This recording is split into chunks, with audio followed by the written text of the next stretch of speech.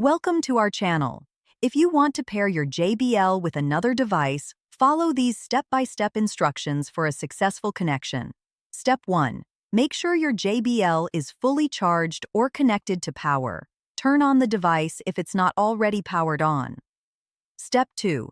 Put your JBL into pairing mode. This usually involves holding down a specific button until you see a flashing light.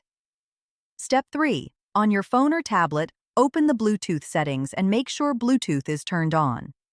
Step 4. Look for your JBL in the list of available devices.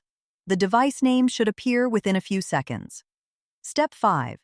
Tap on your JBL name to initiate the pairing process. Follow any on-screen prompts that appear. Step 6. Wait for the connection to complete. You may hear a confirmation sound or see a solid light on your device. Step 7. Test the connection by playing audio or using the device functions to ensure everything is working properly. Step 8. If you encounter any issues, try turning off Bluetooth and repeating the pairing process. Consult the user manual for troubleshooting tips. Don't forget to like this video and subscribe to our channel.